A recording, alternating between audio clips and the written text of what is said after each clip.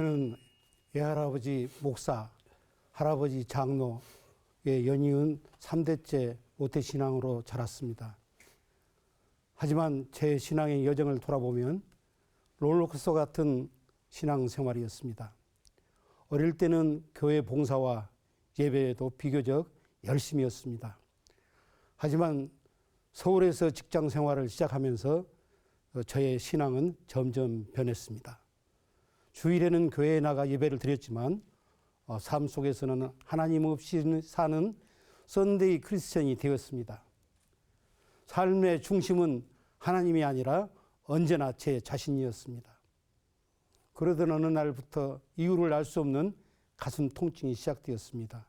물론 결혼 일주일 바로 직전입니다. 숨이 막혀 그 자리에서 주저앉을 정도로 아플 때도 있었습니다. 하지만 저는 병원에를 가지 않았습니다. 당시 저는 은행 직장에서 노동조합 상임 간부로 일하고 있었기 때문에 체면과 자존심이 더 앞섰기 때문입니다. 20년 동안 회사에서 건강검진을 간이로 받을 때마다 늘 같은 말을 들었습니다. 이상 없습니다. 그런데 이상하게도 제 마음속에는 늘 설명할 수 없는 불안과 평안이 없는 상태가 계속되었습니다. 저는 하나님 없이도 살 수 있다고 생각하면서 세상의 분주함과 세상의 즐거움으로 마음의 공허함을 채워보려 노력했습니다. 하지만 마음 깊은 곳의 빈자리는 채워지지 않았습니다. 그러던 어느 날 수요 예배 찬양 시간에 제 인생을 바꾸는 일이 일어났습니다. 찬양을 부르던 중에 저는 분명한 음성을 들었습니다. 다 나았다. 그 음성은 2번 들렸습니다. 깜짝 놀라 눈을 뜨고 주변을 돌아보았지만 아무도 말을 하지 않았고 모두 눈을 감고 기도하고 있었습니다. 그 순간 저는 감사와 회개의 눈물을 흘리며 계속 기도를 했습니다. 기도하는 동안 어린 시절의 제 모습과 지금까지 살아온 제 삶이 하나하나 떠올랐습니다. 마치 하나님께서 제 삶을 보여주시는 것 같았습니다. 기도가 끝난 후에는 제 마음에 말로 설명할 수 없는 깊은 평안이 임했습니다. 그리고 놀랍게도 20년 동안 저를 괴롭히던 가슴 통증이 그날 이후 단 한 번도 찾아오지 않았습니다. 가슴 통증이 30분 이상 지속되면 심근경색으로 판명이 됩니다. 그러나 저는 그 당시에 15분 정도 숨을 못 쉬고 엎드려 있을 때 늘 곁에는 그때마다 아내가 있었습니다. 아내가 엎드려 있는 저를 얼마나 힘껏 두드렸는지 주먹이 다 아플 정도였다고 이야기를 합니다. 그때 저는 깨달았습니다. 하나님께서는 제 병만 고쳐주신 것이 아니라 제 인생의 중심을 고쳐주셨다는 것을 말합니다. 저에게 그 20년의 아픔은 심판이 아니라 하나님께서 저를 부르시는 시간이었습니다. 그리고 그 통증은 끝이 아니라 하나님의 은혜가 시작되는 시간이었습니다.